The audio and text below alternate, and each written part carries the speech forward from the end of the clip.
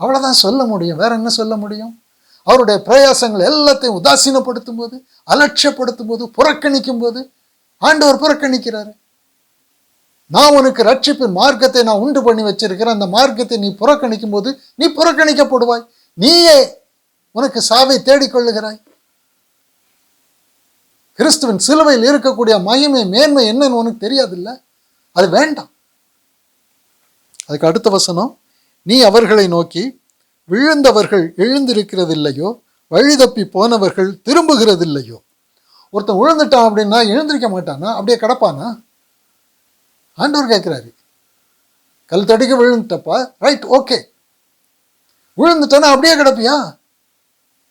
நீ விழுந்ததே உனக்கு தெரியாதா? எழுந்திருக்க மாட்டியா? இந்த மார்க்கத்தில் தவறி போயிட்ட அப்படின்னா அதுதான் ஆண்டவர் சொல்றாரு, வழி தப்பி போனவர்கள் திரும்புகிறதில்லையோ. ஒருத்தன் விழுந்துட்டானா எழுந்திருக்க மாட்டானா? ஒருத்தன் வழி தப்பி வேறொரு வழியில போயிட்டான் அப்படின்னா அவன் திரும்ப வரமாட்டானா? அந்த தப்பான வழியிலே போயிட்டு இருப்பானா? ஆனாலும் 5வது வசனம், எருசலேமாயராகிய இந்த ஜனம் என்றென்றைக்கும் வழி தப்பி போகிறது என்ன? என்றென்றைக்கும் நாங்க இந்த மார்க்கத்துக்கு வரவே மாட்டோம். எருசலேமியராகிய இந்த ஜனம் என்றைக்கும் வழி தப்பி போகிறது என்ன? கபடத்தை உறுதியாய் பிடித்திருக்கிறார்கள், திரும்ப மாட்டோம் என்கிறார்கள். கபடத்தை பற்றி கொண்டிருக்காங்க, சத்தியத்தை உதாசீனப்படுத்திட்டாங்க, மரணத்தை பற்றி கொண்டிருக்காங்க, ஜீவனை உதாசீனப்படுத்திட்டாங்க. கிறிஸ்துவின் சிலுவை தானே உனக்கு ஜீவனை கொடுக்குது. அந்த சிலுவை நீ பகைக்க ஆரம்பிச்சிட்டனா, அந்த சிலுவையில் தானே தேவனுடைய பரிபூரண கிருபை இருக்கு. அந்த சிலுவையில் தானே உன் அழிவுக்கு ஏதுவான சரீரத்தின் அழிவு இருக்கு. மரணத்துக்கு ஏதுவான உன் சரீரத்தின் மரணம் அங்கதானே இருக்கு. அந்த அழிவுக்கு ஏதுவான சரீரம் இருக்கிறது வரை நீ நித்தியத்துக்குள்ள பிரவேசிக்க முடியுமா? அந்த அழிவுக்கு ஏதுவான சரீரம் நீக்கப்பட்டு அழிவில்லாத சரீரத்தை நீ பெற்றுக்கொள்ளுகிறதற்கு அந்த கிறிஸ்துவின் சிலுவை தானே தேவனுடைய கிருபையாக உனக்கு கொடுக்கப்பட்டிருக்கு. இந்த கிருபை நீ அலட்சியம் பண்ணினா இந்த அழிவில் இருந்து நீ எப்படி தப்பிப்பாய்? மரணத்துக்கு மரணத்தை கொடுக்கிறது அந்த சிலுவை தானே. உன்னை மரணத்திற்குள்ளாக்கி ஜீவனுக்குள்ளவனாக உன்னை மாற்றுகிறதற்கு தேவன் கொடுத்திருக்கிற கிருபை அந்த சிலுவை தானே. அந்த சிலுவைக்கு நீ பகைஞரா? வேறொரு மார்க்கம், கபடத்தை உறுதியாய் பற்றி கொண்டு இருக்கிறார்கள். அந்த சிலுவை விட்டாச்சுன்னா உனக்கு மீட்பு எங்க இருக்கு? இந்த உலகத்துல உனக்கு மீட்பு உண்டா? இந்த பௌதிகத்திலிருந்து உன்னை காப்பாற்ற முடியுமா? இந்த பௌதிக அழிவிலிருந்து காப்பாற்றுகிறது அந்த சிலுவை தானே. அந்த சிலுவையில தானே அழிவுக்கு அழிவு இருக்கு. நீ உயிர்ப்பிக்கப்படுகிறது அந்த சிலுவையினால் தானே. நீ பௌதிக மனுஷனா இருக்கிறவன் ஆவிக்குரிய ஜீவனாக மாறுகிறதற்கு தேவன் கொடுத்திருக்கிற கிருபை அந்த சிலுவை தானே. அநேகர் வேறு விதமாய் நடக்கிறார்கள். அவர்கள் சிலுவைக்கு பகைஞர் என்று அநேகம் தரம் சொன்னேன். இப்பொழுது கண்ணீரோடும் சொல்லுகிறேன், முடிஞ்சு போச்சு. இனி அவங்க தப்பிக்கிறதுக்கு எந்த வாய்ப்பும் கிடையாது. அவங்க கபடத்தை உறுதியாய் பிடித்து கொண்டு கிறிஸ்து நாமத்தை தரித்து கொண்டு பாதாளத்துக்கு போகிறதற்கு தீர்மானித்து விட்டார்கள். வீணா எனக்கு ஆராதனை, அவங்க ஆராதனை வீணான ஆராதனை, அதுல எனக்கு பிரியம் கிடையாது.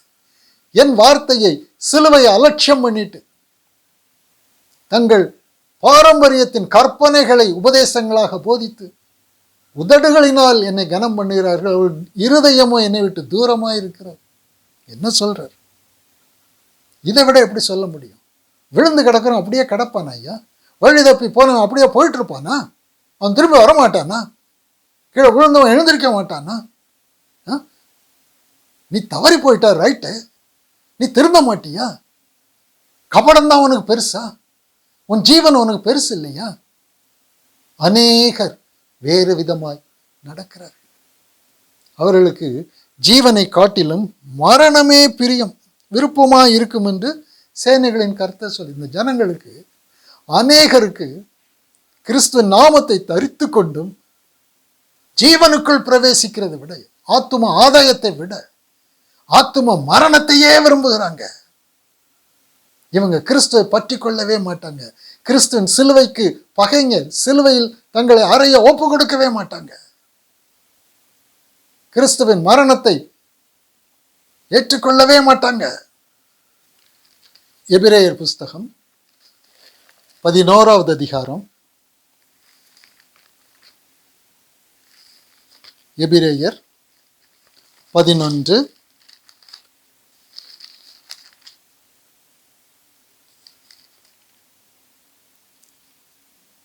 24வது வசனத்திலிருந்து இங்க ஒரு சம்பவத்தை பார்க்கிறோம். மோசே பார்வோன் எகிப்தின் ராஜாவுடைய வீட்டில் 40 வருஷம் வளர்கிறாரு.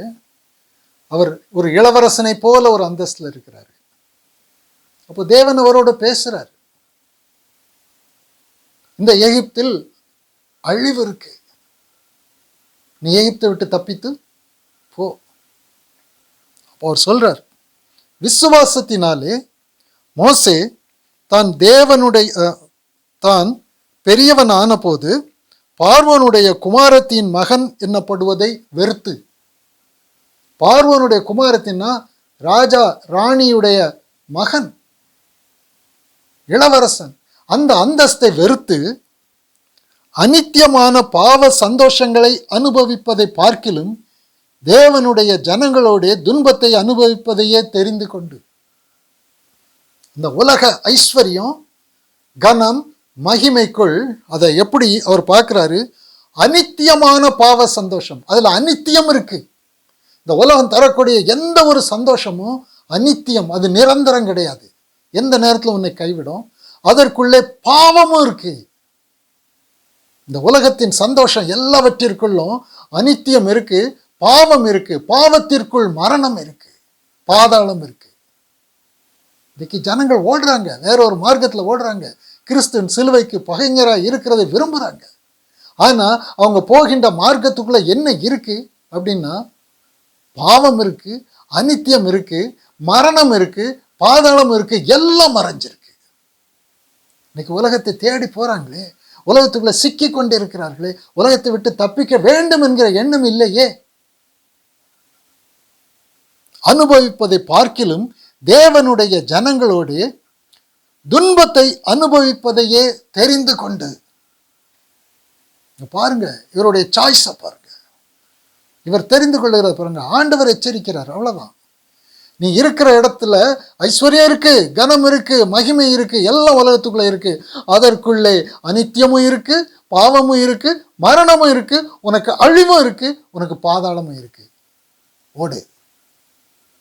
அந்த அநித்தியமான பாவ சந்தோஷங்களை அனுபவிப்பதை பார்க்கிலும் தேவனுடைய ஜனங்களோடு துன்பத்தை அனுபவிப்பதையே தெரிந்து கொண்டு, அந்த துன்பத்திற்குள் சந்தோஷம் இருக்கு, ஜீவன் இருக்கு, உன்னதம் இருக்கு, நித்திய ராஜ்யம் இருக்கு. அந்த மார்க்கத்துக்கு போ. அது சிலுவையின் மார்க்கம். இதுதான் சிலுவையின் மார்க்கம். இந்த மார்க்கத்துல என்ன இருக்கு? துன்பம் இருக்கு, ஆனா அதற்குள்ளே ஜீவன் இருக்கு. அந்த மார்க்கம், நீ தேடுகிற மார்க்கத்துல ஐஸ்வர்யம் இருக்கு, அதற்குள்ளே மரணம் இருக்கு. உன் சிந்தையை மாற்று. ஆவியின்படி சிந்திக்க கற்றுக்கொள். மாம்சத்தின்படி சிந்திக்கிறது தேவனுக்கு விரோதமான பகை, அது மரணம்.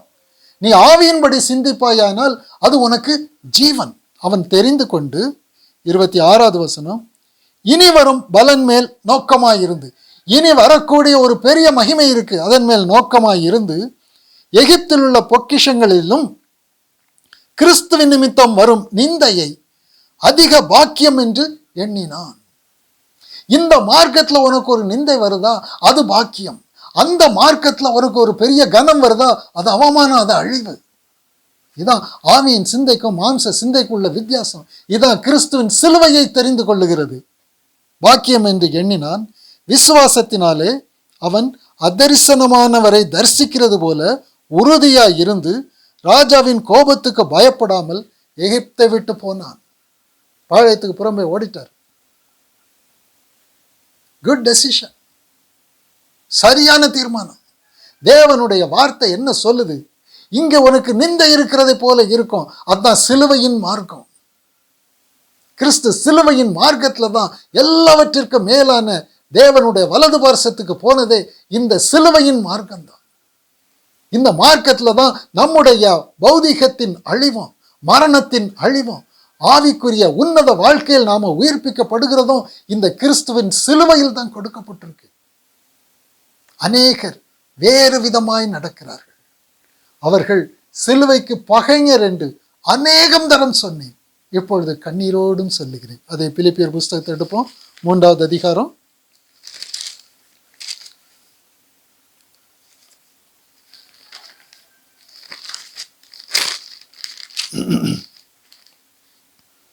அவர்களுடைய முடிவு அழிவு, 19வது வசனம். அவர்களுடைய தேவன் வயிறு, அவர்களுடைய மகிமை அவர்களுடைய லஜ்ஜையே, அவர்கள் பூமிக்கு அடுத்தவைகளை சிந்திக்கிறார்கள். வசனம் 20, நம்முடைய குடியிருப்பு. குடியிருப்பு அப்படின்னா சிட்டிசன்ஷிப். நமக்கு சிட்டிசன்ஷிப் பரலோகத்தில் இருக்கிறது. பூலோகத்தில் இருக்கிறோம் நினைக்கிறீங்களா? பௌதிக மனுஷன் நினைக்கிறீங்களா? கிறிஸ்துவின் சிலுவை செய்திருக்கிற காரியம் என்ன தெரியுமா? பௌதிக மனுஷனை ஆவிக்குரிய ஜீவனாக மாற்றி பரலோகத்தின் சிட்டிசன்ஷிப்பை நமக்கு கொடுத்திருக்கு, குடி உரிமையை நமக்கு கொடுத்திருக்கு. நம்ம பரலோக அரசாங்கத்தின் பிரஜைகள், நித்தியமாக வாழப்போகிறவங்க. இந்த நித்திய ஜீவன், நித்திய வாழ்க்கையை கிறிஸ்துவின் சிலுவையின் மூலமாக பெற்றிருக்கிறோம். நம்முடைய குடியிருப்பு பரலோகத்தில் இருக்கிறது. அங்கே இருந்து கர்த்தராகிய இயேசு கிறிஸ்து என்னும் இரட்சகர் வர எதிர்பார்த்து கொண்டிருக்கிறோம். இதுதான் நம்முடைய நம்பிக்கை. 21வது வசனம். அவர் எல்லாவற்றையும் தமக்கு கீழ்ப்படுத்தி கொள்ளத்தக்க தம்முடைய வல்லமையான செயலின்படியே நம்முடைய அற்பமான சரீரத்தை தம்முடைய மகிமையான சரீரத்துக்கு ஒப்பாக மறுரூபப்படுத்துகிறார். இதுதாங்க கல்வாரி சிலுவை, கிறிஸ்துவின் சிலுவை குறித்த உபதேசம். இந்த அற்பமான சரீரம் அவருடைய மகிமையின் சரீரமாக மாறவில்லை என்றால் அந்த நித்திய ராஜ்யத்திற்குள் நாம் பிரவேசிக்கவே முடியாது. பாதாளம்தான். பாதாளத்துக்கு போகாதபடிக்கு கர்த்தருடைய சிலுவை, அதன் மேல் இருக்கக்கூடிய நம்முடைய விசுவாசத்தினால் ஆவிக்குரிய ஜீவன்களாக உயிர்ப்பிக்கப்பட்டு நாம் மறுரூபம் அடைகிறோம். ஒவ்வொரு நாளும் மாம்ச சிந்தையை விட்டுட்டு கர்த்தருடைய சிந்தையை எடுத்துக்கொள்ளும் பொழுது, அந்த சிந்தையில் நடக்கும்போது அவருடைய மார்க்கத்தில் நடக்கிறோம். அப்போ மறுரூபம் அடைந்து கொண்டே இருக்கிறோம். இப்படி மறுரூபம் அடைகிறதற்காக நமக்கு கொடுக்கப்பட்டிருக்கிற வாய்ப்பு தான் அந்த சிலுவை, கிறிஸ்துவின் சிலுவை. இது இல்லாமல் மறுரூபம் அடைகிற வாழ்க்கையை உதாசீனப்படுத்திட்டு சிந்தையை கர்த்தருடைய சிந்தையாக மாற்றாதபடிக்கு மாம்ச சிந்தையின்படி கிறிஸ்துவ நாமத்தை தரித்து கொண்டு உலகத்திற்குள் வாழ்கிற ஒரு வாழ்க்கையின் விளைவு அழிவு. அவர்கள் முடிவு அழிவு. அவர்கள் வயிறு தேவன், அவர்களுடைய மகிமை லஜ்ஜையே. அவர்கள் பூமிக்குரியவைகளை சிந்திக்கிறார்கள். நம்முடைய குடியிருப்பு பரலோகத்தில் இருக்கு. இந்த அற்பமான சரீரம் அவருடைய மகிமையின் சரீரமாக மாற்றப்பட்டு கொண்டு வருகிறது. ஒரு காலகட்டத்தில் புரியும். அவங்க இக்கட்டில் சிக்கி கொண்டு தப்பிக்க முடியாத காலம் நோவாவின் காலத்தில் நடந்தது போல மனுஷகுமாரனுடைய காலத்தில் வரும். அவர்கள் தங்கள் வழியை கெடுத்து கொண்டிருந்தார். புசித்தாங்க, குடித்தாங்க, பெண் கொடுத்தாங்க, பெண் எடுத்தாங்க, ஜலப்புரளை வந்து வாரிக்கொண்டு போக மட்டும் உணர்வற்றவர்களாக இருந்தார்கள். ஆண்டவர் இன்று உணர்த்துகிறார். அநேகர் போகிற மார்க்கத்தில் நீங்க போகாதீங்க. அது மரணத்துக்கு போகின்ற மார்க்கம், கேட்டுக்கு போகின்ற மார்க்கம். வழி விசாலமாயிருக்கும், அதில் அநேகர் பிரவேசிப்பார்கள். ஜீவனுக்கு போகின்ற மார்க்கம் வழி இடுக்கமும் நெருக்கமாக இருக்கும். அதை கண்டுபிடிக்கிறவர்கள் சிலர். அந்த சிலர் என்று ஆண்டவர் சொல்லுகிறாரு. அந்த இடத்தில் நமக்கு பங்கு இருக்கணும். நம்முடைய பங்கு ஆண்டவர் அங்கீகரிக்கிறார். அவருடைய மார்க்கம், அது நிந்தையாக இருந்தாலும் சரி, அது புறக்கணிப்பா இருந்தாலும் சரி.